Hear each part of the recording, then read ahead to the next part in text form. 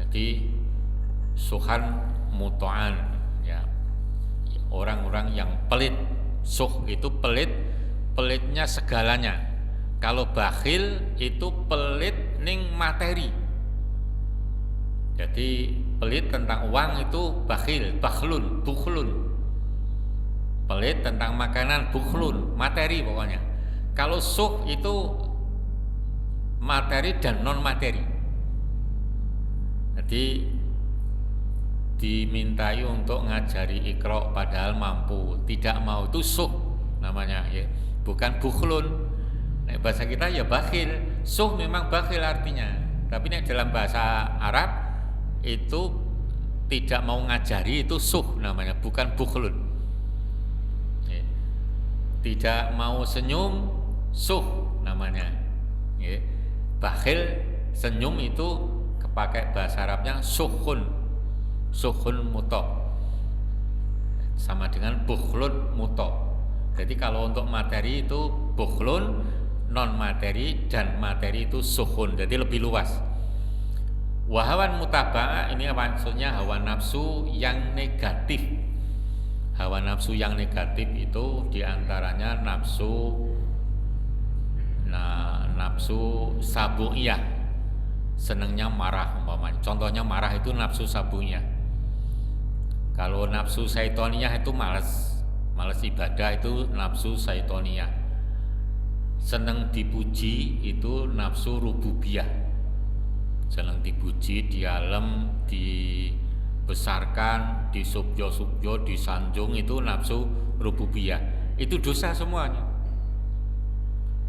Terus Sabtu nafsu ngabdul butun perso, ngawula weteng. Itu namanya nafsu bahimiyah, ya. Nanti jermentingkan makan itu tidak boleh dalam agama, karena itu mengikuti hawa nafsu. Fa inna nafsa la amaratum bisu. Nafsu itu mayoritas ngajaknya kepada yang buruk, bukan yang baik. Ya, yang 4 itu yang cenderungnya mengajak ke yang buruk gitu, ya. Jadi kalau sudah ada orang-orang yang bakhil banyak mengikuti hawa nafsu, ya, dunia diutamakan, setiap orang bangga dengan pendapatnya, kullu dzira'yin bi ra'yihi. Jadi mengegul-ngegulkan ilmunya. Nah, itu mesti pendapatnya gitu. Itu tidak boleh. Jadi umpama tahu, ya caranya gimana untuk menularkan ke yang lain, yang benar lah gitu, ya. Kalau mengingatkan orang lain yang keliru, ya yang sopan gitu, ya. Supaya orang lain tidak tahu dan tidak merendahkan dia. Harusnya begitu. Nah, orang yang bangga dengan pendapatnya tidak. Jadi malah keporo, ya apa namanya Pak, terus terang gitu, ya. Jadi terus terang menjurus itu. Nah, ini tidak dibolehkan dalam agama. Jadi mengingatkan orang lain di depan orang banyak, ini menurut agama tidak diperkenankan, kecuali acaranya memang seperti itu, ya, dialog atau debat semacam itu. Yang berikutnya, berpikir positif, positive thinking. Innallaha la yadlimun nasa syai'an walakinan nasa anfusahum yadlimun ini. Jadi semua yang kesalahan yang kita dapat akibatnya itu dari kita sendiri, bukan dari Allah. Allah hanya mengizinkan saja. Jadi kita sakit itu sebabnya apa, ya dari kita. Mungkin kurang menjaga kebersihan, kurang menjaga kesehatan, makan sembarangan, yang penting enak. Jadi kita kan tidak tahu ilmu tentang gizi, harusnya begini. Kalau yang tahu itu makannya selalu diukur, baik diukur jumlahnya maupun kandungannya, itu yang betul-betul tahu. Dan saya seperti saya ini tidak tahu apa-apa, yang penting makan gitu aja, ya. Ini yang tahu umur sekian itu tidak boleh makan ini, ya semacam itu. Sudah ada nih, dikit lagi. mengendalikan, mengontrol emosi marah. Kalau marah, buatlah senyum. Ada dokter muslim yang memberi penjelasan tentang ini. Jadi orang yang punya tensi tinggi, obatnya itu senyum. Senyum selama 20 detik. Jeneng hitungi. Senyum sendiri ya, selama 20 detik. Nanti tensinya bisa normal lambat laun. Kata dokter loh ini yang saya dapat dari dokter. Dan dokter itu sudah ngobati pasien. Dikasih obat paling nanti turun sebentar. Setelah sekian lama suruh puasa sunnah, kemudian senyum, itu ternyata tensinya normal. Itu dari dokter ini. Jadi silahkan nanti dicoba, banyak senyum. Di luar olahraga, jalan-jalan, tutup masker, senyum-senyum sendiri kan tidak ada yang tahu. Ini dicoba aja ya, senyum terus pokoknya. Lah, senyum kan juga dapat pahala, Pak. Ittiba Nabi. Nabi itu dengan kemana saja selalu senyum.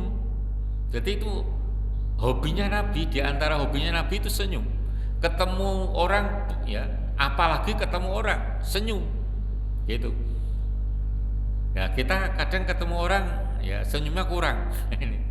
Jadi selama 20 detik, nanti dihitungi aja 20 detik senyum.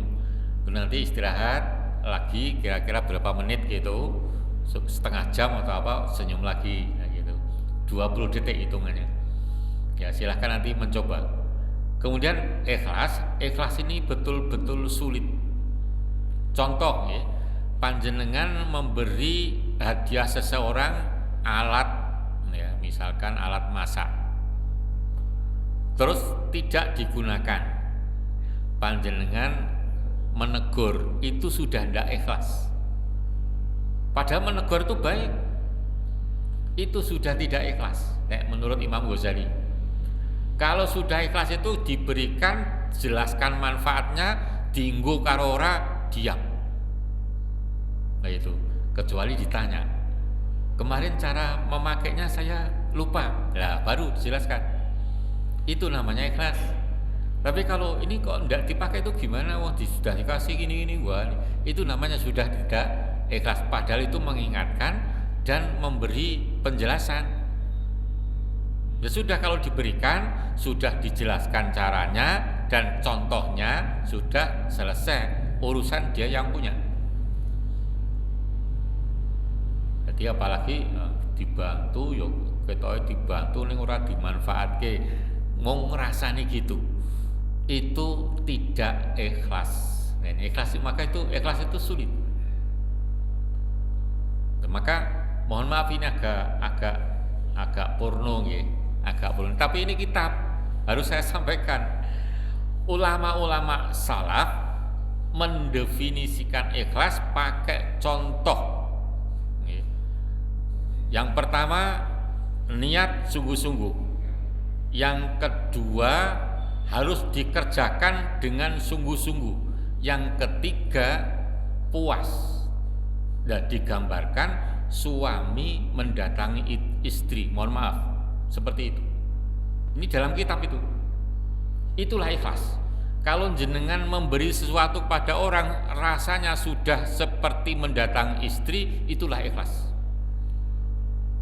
Jadi niatnya tenanan, jadi actionnya juga tenanan. Begitu selesai diberikan, ya sudah selesai.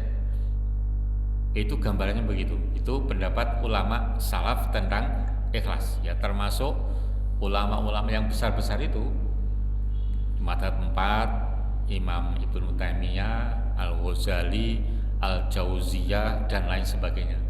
Bukannya sekarang nih, Albani kan sekarang dia. Itu gambaran tentang ikhlas.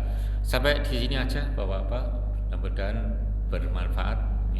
Masih banyak sebetulnya, nanti dilanjutkan yang akan datang. Subhanakallahumma rabbana wa bihamdika asyhadu an la ilaha illa anta astaghfiruka wa atubu ilaik. Kurang lebihnya mohon maaf. Billahi taufiq wal hidayah. Assalamualaikum warahmatullahi wabarakatuh.